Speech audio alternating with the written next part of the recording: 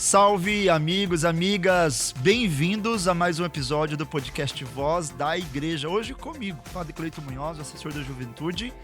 Você que está aqui, já se inscreva no nosso canal, deixa o seu like neste vídeo, porque o episódio de hoje está sensacional. Eu diria que vai ser o mais visto da história desse podcast. Fica com a gente.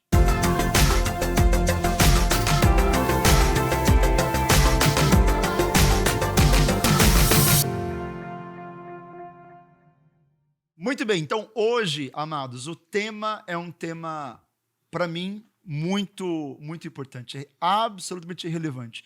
Nós estamos aqui com o nosso convidado de hoje, Padre Fábio Vieira, lá da Diocese de Corumbá, no Mato Grosso do Sul, mas não é só isso, não. Ele não veio aqui para falar de Corumbá, padre, apesar de ser uma cidade histórica. Ele veio aqui porque o Padre Fábio Vieira, ele é o responsável do apostolado do Beato Carlo Acutis e, em breve, São Carlo Acutis, em todo o Brasil. Padre, muito bem-vindo. Muito obrigado mesmo pela acolhida, Padre Cleito, estar aqui com vocês e poder partilhar nesse momento da vida, da história, né, e da santidade do Carlo, não só para mim, mas para o senhor e para todos, acredito que só acrescenta. Só né? acrescenta, com certeza. Então estamos aí, vamos lá. Padre, para começar assim, como que o Carlo Acutis entrou na sua vida? Porque eu não imagino que o senhor esteja nesta função, nessa responsabilidade, porque alguém olhou para o senhor e disse, o senhor vai fazer isso. Não, no reino de Deus a gente se posiciona e a graça vem.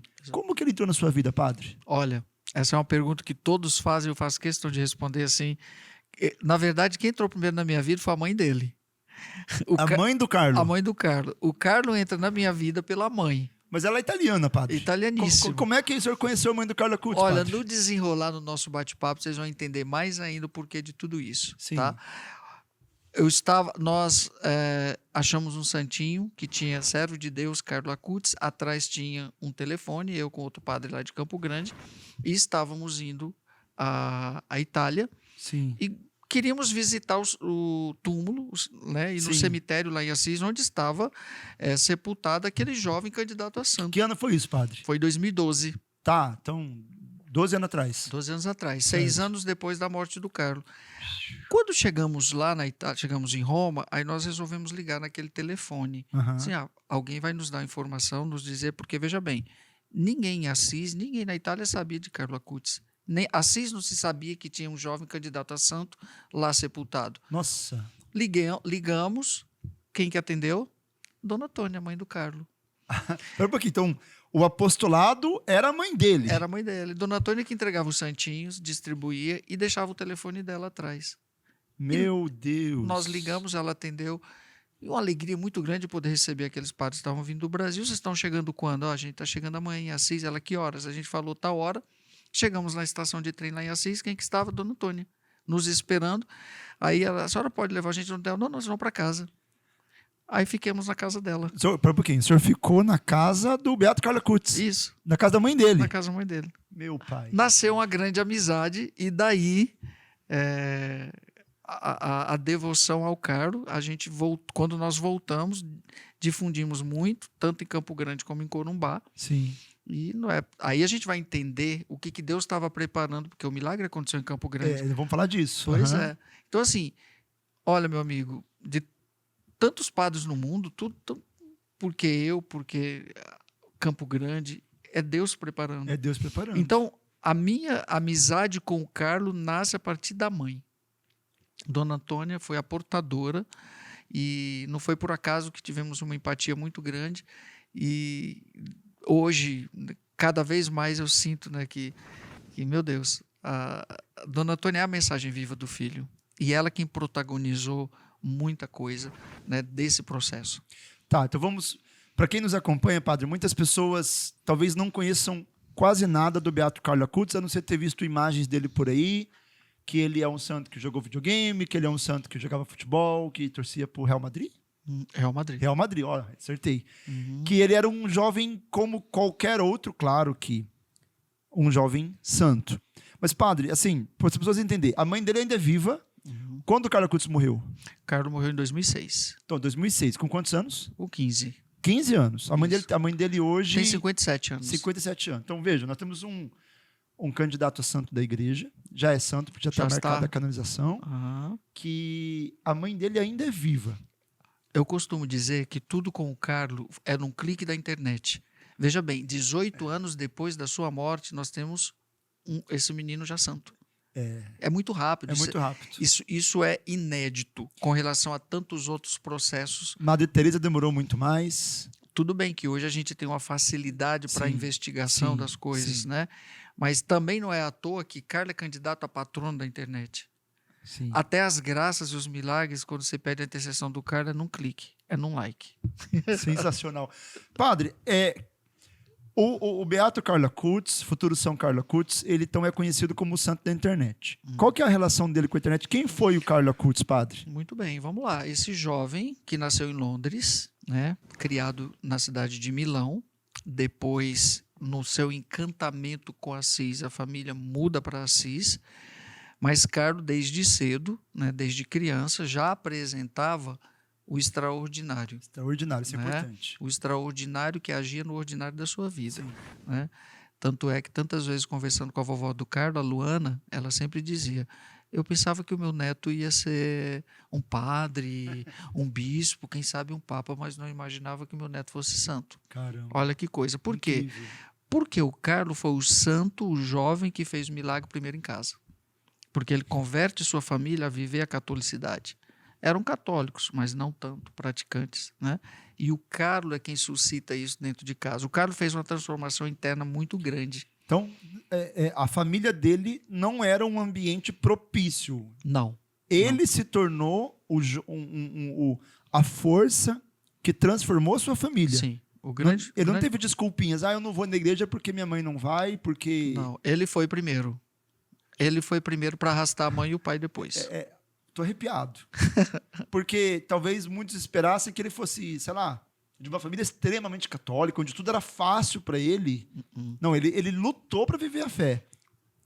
Justamente o contrário disso. Sim. Né? A gente tem, e reforço, né? Muitas vezes nós dizemos que o santo de casa não faz milagre. Não tem esse ditado no Brasil? Tem. O Carlo fez milagre em casa.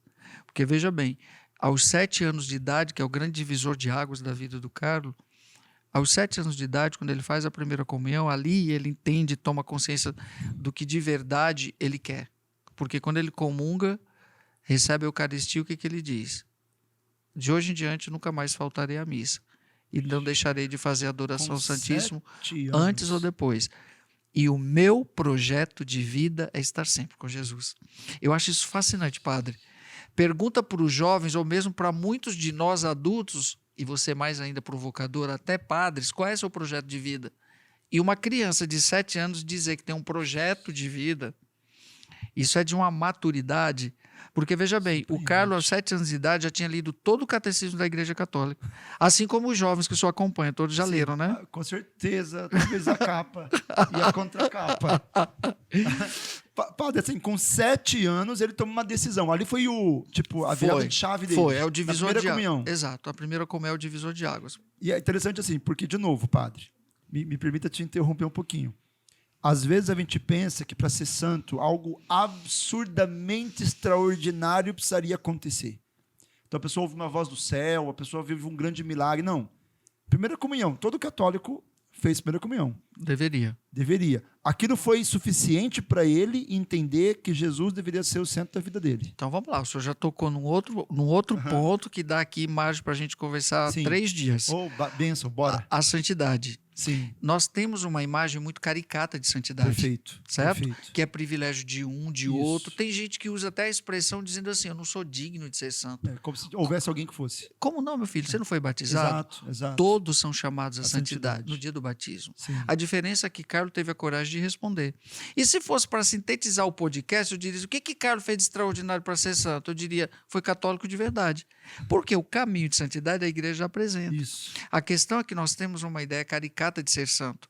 Nós até dizemos que o santo é aquela pessoa que tem um reto tom na voz, é mansinha, está sempre assim no silêncio. Não estou dizendo que isso não seja característica de um santo. Pode ser. Mas eu não posso reduzir o santo a uma característica da personalidade. né? Você não sabe o que está passando dentro daquela pessoa. Exato. De repente ela entra na igreja e está lá rezando para dizer assim, tomara que meu vizinho morra, tomara que fulano se acabe, tomara que... Perfeito. Né? Se fosse assim, o Padre Pio não seria santo nunca, porque pensa no homem bruto. Colérico. Impulsivo. Então, Eu sei de uma história que disseram assim, Padre Pio, o senhor é santo? Dele, não. Falta 3 coisas para mim ser santo. Ele perguntaram, o que, Padre Pio? Uma vela aqui e um tapado que nem você de joelho no meu pé. então, né, nesse parêntese, a ideia de santidade, por ter muitas vezes sido muito caricata para todos nós, como se fosse algo estratosférico, inatingível, não, São Paulo já nos chama de santos, basta ser batizado. Isso. A questão é que o Carlos teve a coragem de responder e buscar essa configuração com Cristo na sua própria vida. Padre, então a gente pode dizer que o Carlos nos ensina que para ser santo, eu preciso ser original. E não fotocópia. Perfeito. Tá? É aquilo que eu sou chamado a ser, com as minhas condições, com a minha realidade, com a minha família. Exato, exato. E ser original não perdeu o essencial. Quem é o essencial? Deus. Nonio Madio, como ele dizia. Como é que é? Nonio Madio. Não eu, Não mas eu, Deus. mas Deus. Né? E por... Não corte, hein? Corte aqui, ok. Nonio Madio. O essencial para a nossa vida, que nos torna originais, é estarmos sempre voltados para aquilo que é a nossa essência. A nossa essência é Deus. E o Carlos tinha muito claro o que ele queria. Minha meta é o infinito. Minha meta é o infinito. Sensacional. Né? Isso me cativa muito, padre, porque, dado a circunstância dele, um jovem comum, no ordinário, de uma família não muito católica, então ele poderia dar uma desculpa de dizer eu não posso responder sim, porque a minha família não me ajuda. Milionário, poderia ter o mundo a seus pés. Poderia ter o mundo a seus pés, então tinha alcance a muitas coisas. Poderia se perder nas distrações que o dinheiro pode oferecer, mas não. Dada as circunstâncias, ainda assim, ele disse sim no que ele podia, no que estava ao alcance dele, né, padre? Sim, porque o Carlos queria o céu. O que ele fez de extraordinário no ordinário dele? Então, como ele conseguiu dizer sim à santidade, que é um projeto de vida extraordinária, de viver o reino, no ordinário da vida dele? Como é que ele pôde? Dizem que ele jogava videogame, que ele jogava futebol, sim, que ele ia para a missa, que ele ia para a escola. Como que alguém é santo fazendo coisas tão simples, padre? Justamente porque a gente tem que trazer a santidade para junto de nós e não distanciá-la. Das poucas vezes que o pai do Carlos falou em público, uma das que me marcou foi quando ele disse: o meu filho não era uma pessoa ambígua. O Carlos sabia o que queria e tudo que fazia bem feito. Propósito claro. Claro, quando a pessoa sabe o que ela quer, acabou a conversa, meu filho, ela vai trilhar o caminho. Né? Então, o Carlos queria o céu.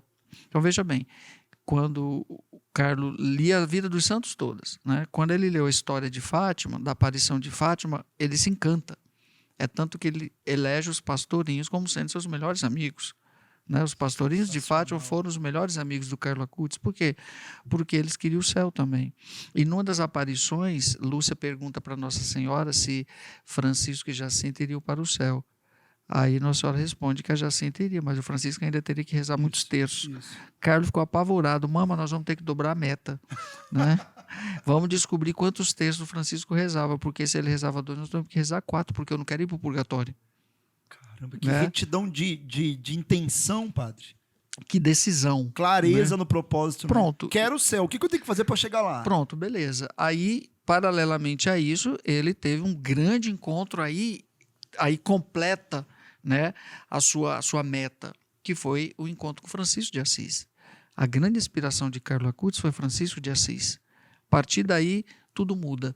E pode prestar atenção, e o Carlos buscou uma configuração com Cristo a partir de Francisco. Certo. Ele morava em Assis, padre? Morava em Milão. Milão. Mas quando foi a Assis, se encantou, encontrou-se com Francisco. E com isso ele fez um processo que até a família teve que comprar uma casa e mudar para Assis por causa dele, do Carlos. O senhor está brincando comigo?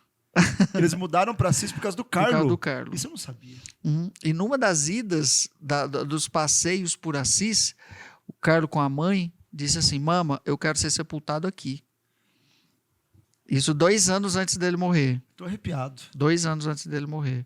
Dona Antônia: mas filho, é o contrário, você que vai me enterrar. Mama, a senhora promete que me sepulta aqui?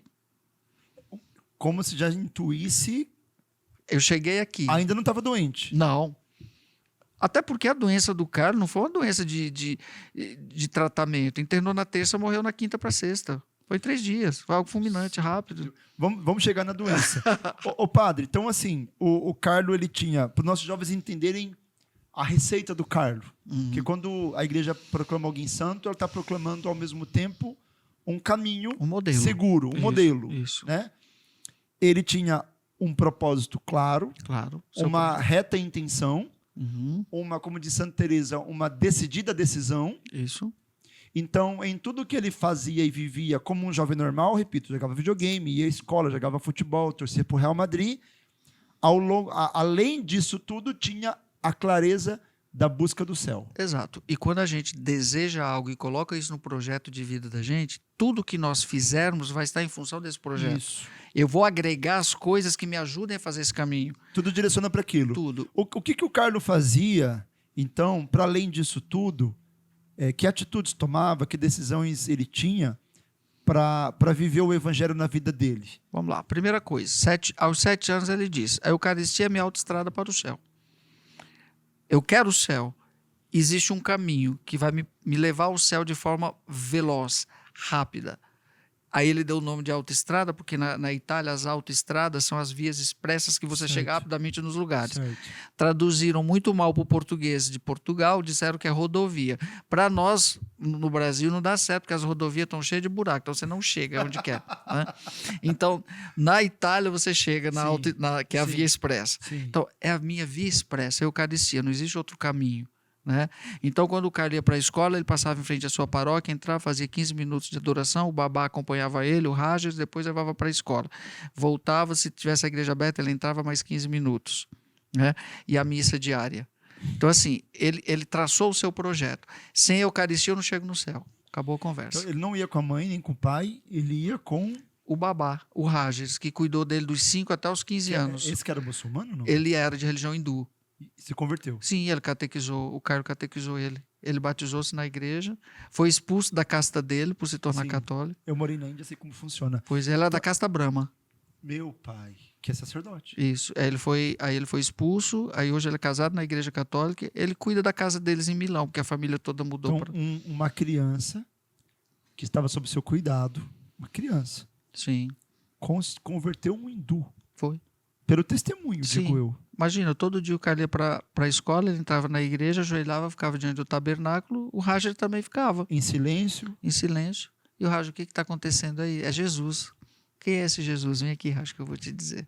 Aí começava o bate-papo. O que me faz meu coração arder é que isso está ao alcance de qualquer um. Sim.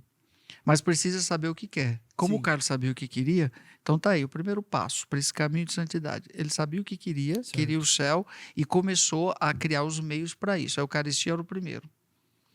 E o seu amor por Nossa Senhora foi tão grande que ele disse, olha, se eu não chegar pela Eucaristia, que é a via expressa, tem uma escada, o terço. O terço é a minha escada para o céu. Nossa Senhora vai ajudar por uma escada. Cada terço rezado é um degrau que eu subo. Sensacional. Bonito, né? Essa parábola. Ele conseguia entender com clareza e com uma mente de criança realidades teológicas complexas. Intercessão mariana, Eucaristia. Sem deixar de ser o jovem, Carlos era cômico, gostava de contar piada, agregava, era simpático. Acho que um sanguíneo, talvez. Não era só aquele jovem belo de 1,83 m, onde passava, que a avó dizia que todas as cabeças viravam para olhar pela beleza física do Carlos. Mas muito mais que a sua beleza física, a beleza da alma transcendia, que agregava. Né? Todos gostavam de estar junto do Carlos. Né? Então, o Carlos era colérico. Ele era colérico. Colérico, mas um apaixonado. Um colérico com apaixonado também junto. Aliás, qual é o italiano que não é colérico e sanguíneo, né, meu filho? Mamma mia, olha, então... Então, para dizer, né, era bom estar com ele.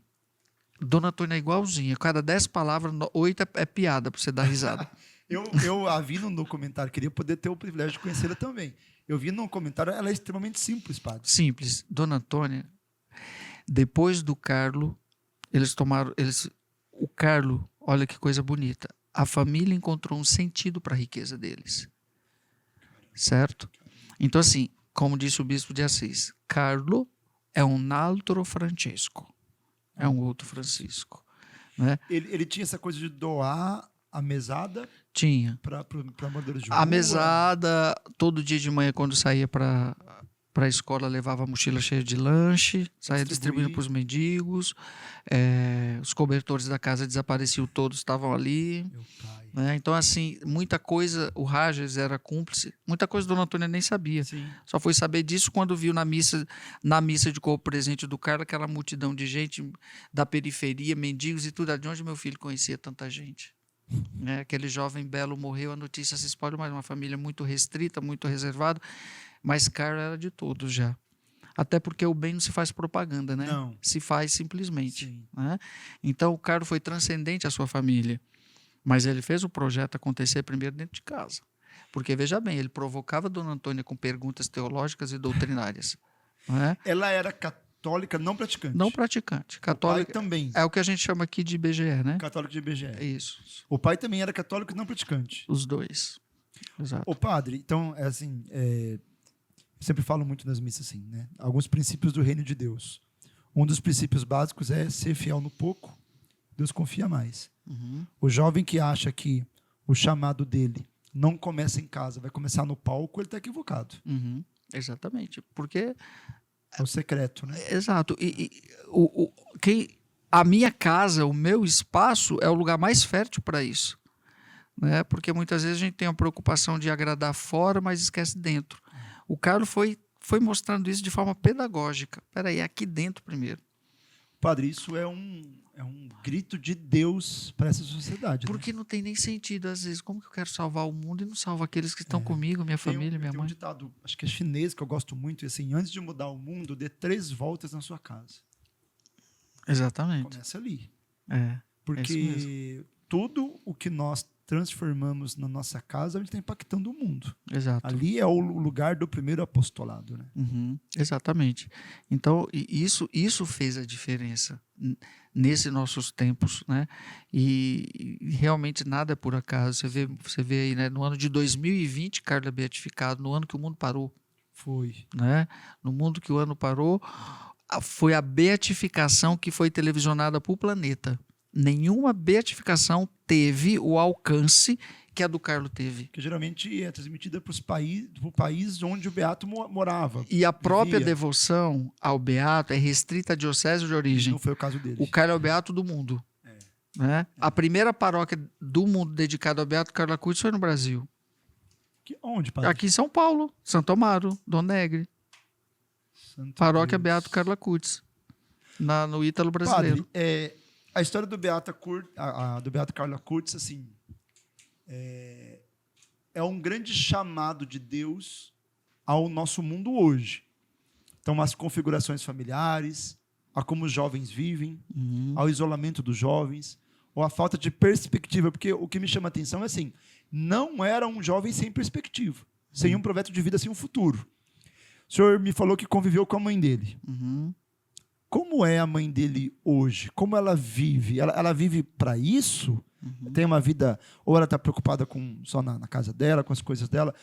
Como que este menino de 15 anos transformou a mãe e o pai? Pois é. Então, eu posso dizer para vocês com toda a autoridade, porque morei 1 ano com eles, vivi o dia a dia ali, convivendo com Dona Antônia, com o pai, com os irmãos, com a avó, com a tia, né? Ainda mais naquele ano de 2020 que ficamos em quarentena, né? Aqui eu faço um parêntese para te dizer uma coisa, padre. Inclusive o título do meu livro é em função disso. Terminou a missa, nós estávamos no almoço, Dona Antônia, o mundo parou, né? Todo mundo ficou sem missa. Todo mundo, as igrejas fecharam. A família do Carlos não ficou nem um dia. Parece que ele sabia que ia acontecer. Mandou um padre lá do Brasil para dentro da casa dele. E o que nos sustentou naquele ano foi a Eucaristia. O mundo ficou sem missa. A família do Carlos não ficou um dia, porque lá estava eu celebrando todos os dias. Foi Carlos, né? Foi Carlos. Foi o título do livro. A mãe dele escreveu um livro. Escreveu O Segredo do Meu Filho. Já li. Entendeu? É bem teológico. Dona Antônia inteligente. Isso. Por quê? Porque ela fez teologia. De tanto o Carlos provocar ela para fazer pergunta, ela foi perguntar para o padre o que eu faço. O padre disse: a senhora tem que estudar. Só que o Carlos perguntava e depois ficava dando risada, porque já sabia a resposta. Foi para provocar a mãe. Sim. E Dona Antônia estudou teologia, coloca muito de nós padres no bolso. Sensacional. O poder das pequenas... Ele não fez nada grandioso, padre. Ele não criou uma ONG.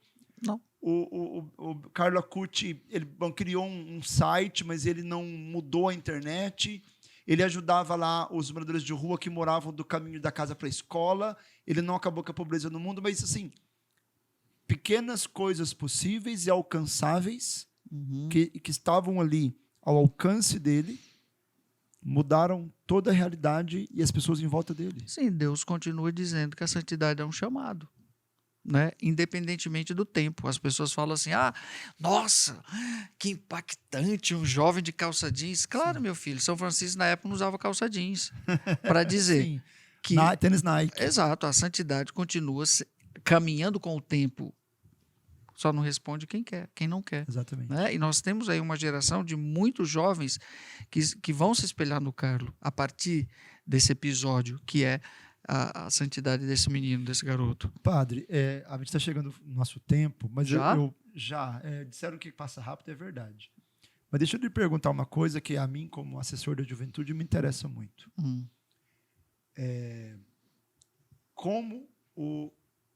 Vamos chamar de santo. Como São Carlo Acutis pode inspirar os nossos jovens a saírem do comodismo, do vitimismo, a superarem os seus limites. Como o Carlo Acutis inspira hoje a juventude a buscar a santidade? Qual é o modelo dele? Eu respondo para você com aquilo que nós começamos no início. Ter um projeto de vida. O grande problema dos nossos jovens hoje é que eles não sabem para onde estão caminhando. Eu falo muito disso. Né? Então, caem nos seus vazios existenciais, Sim. não sabem ressignificar. Olha o quanto de jovens suicidando. Sim. Por quê? Porque estão vivendo de bagatelas aí. De migalhas. De superficialidade, de onda, de modismo. Sim. Peraí, meu filho, o que você quer para a sua vida? Tem que colocar isso muito claro. Se você perguntar para o jovem qual é o seu projeto de vida hoje, numa conversa, muitas vezes eu pergunto, eu quero ser engenheiro, arquiteto, advogado, peraí, mas isso não é projeto de vida. Isso é um projeto profissional que deve estar inserido dentro de um projeto de vida que é algo maior. Então, eles não têm essa amplitude. Né? E o projeto de vida é aquilo que engloba a minha vida. Sim. Por que eu estou aqui? E onde que Deus entra na minha vida? Então, o grande problema dos nossos jovens é esse. E Carlo vem dizer que eu posso usar essa plataforma, internet, para o bem, como ele mostrou. Tá? Aqui fica até para o nosso jovem, para você ver, né? A primeira coisa que o Vaticano aprendeu, né, foi o notebook do Carlo. Porque dentro das fases do processo tem a investigação, e o que escreveu, o que fez, etc. Depois a gente fala sobre isso. O notebook do Carlo foi apreendido e foi feita uma varredura de FBI. Ou seja, nada foi encontrado que desabonasse a pureza do Carlo. Caramba. Ou seja, Carlo nunca entrou no site pornográfico. Se tivesse entrado, o processo teria parado ali, porque até entender o que ele foi fazer naquele site, né, os advogados do diabo iriam gostar se tivesse encontrado alguma coisa.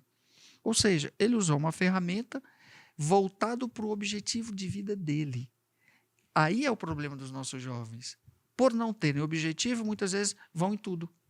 Vão na droga, vão nisso, vão naquilo, se permitem a experiências que só os esvaziam e vão ficar aí fragmentados depois. Eu falo muito disso nas minhas pregações para os jovens, falo de propósito, de saber a direção. Porque quando eu tenho a direção, eu não vou mais ficar me perguntando se é pecado ou não é pecado. O que é pecado nem é cogitado, porque me atrasa, porque me distrai no caminho. Aí a pergunta do maduro na fé, de quem tem um propósito, conhece a direção, é: isso aqui me convém ou não convém? Como se diz São Paulo. Me acelera ou me atrasa? Me distrai no meu caminho? Me impulsiona em direção ao meu alvo? Tem uma frase de São Tomás de Aquino que ele diz: o arqueiro não lança a seta sem antes mirar o alvo. Então, se eu não sei para onde eu estou indo, qualquer caminho serve, qualquer pessoa serve para relacionamento. Então, migalhas me alimentam quando tem um banquete me esperando. Padre, o senhor escreveu um livro. Eu queria que o senhor falasse rapidamente do seu livro. O que o senhor conta no livro? Qual a importância desse livro para a juventude, para as pessoas que estão ouvindo, não sabem nada do Carlo e agora estão com o coração ardendo com vontade de saber mais? A dona Antônia conta o segredo do filho, eu conto o segredo da família. Olha que bênção. Então, um livro que é bom para mãe e para pai também. Para todo mundo, uma linguagem super bacana. E, na verdade, partiu da curiosidade das pessoas que me acompanhavam. Quando eu estava lá na casa do Carlo, eu comecei a fazer live no quarto dele. E perto da beatificação, o pessoal ficou, padre, conta como que é viver. Aí, eu nunca tinha pensado, rapaz, escrever livro na minha vida. Imagina. Né? E o pessoal curioso, né? Depois, quando eu voltei para o Brasil, eu falei assim, poxa vida, aí uma pessoa, padre, o senhor não pode ser egoísta, conta pra gente. É isso mesmo. Né? Não guarda só para o senhor assim, poxa, é verdade, não é porque eu conheço a família do Carlos há 10 anos que estou lá, para mim é tão comum estar com eles.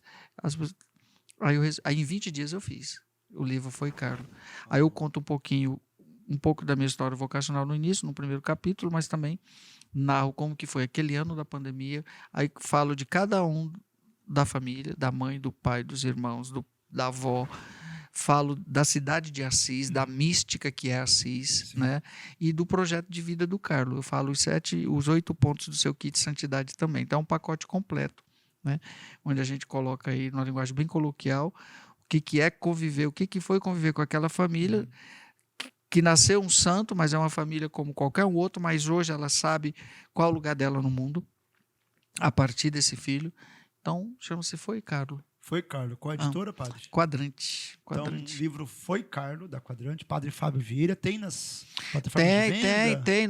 Pelo nosso Instagram pede, pela nossa página, toda super fácil de achar. Então, ó, gente, eu não li, vou adquirir.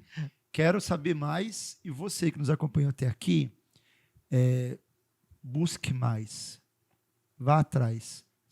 Conheça melhor o Beato Carlo Acutis, para além do santo da internet e o santo do videogame. É muito mais do que isso, né, padre? Muito. Isso aí é um detalhe. Um detalhe. Só para concluir, para o pessoal não ficar sem informação, ele morreu do quê, padre? Leucemia. De uma leucemia fulminante. Foi quantos dias de internação? Terminou na terça, morreu de quinta para sexta. E ali se provou a santidade dele. Se ele queria o céu, a doença era um caminho. Mas quando ele chegou no hospital, ele falou para a mãe, daqui eu não saio. Daqui eu vou para o céu mesmo, né? Ele já sabia. Tanto é que 3 meses antes de morrer, ele fez aquele vídeo, né? Que depois foi encontrado, onde ele já tinha profetizado. Sono destinato a morire. Estou pronto para morrer. Santo Deus. Fica aqui o convite. Conheça melhor a história de São Carlos Acutis. Em breve será canonizado. Padre, quero agradecer demais sua presença aqui, padre. Eu acho que queria conversar umas 4, 5 horas.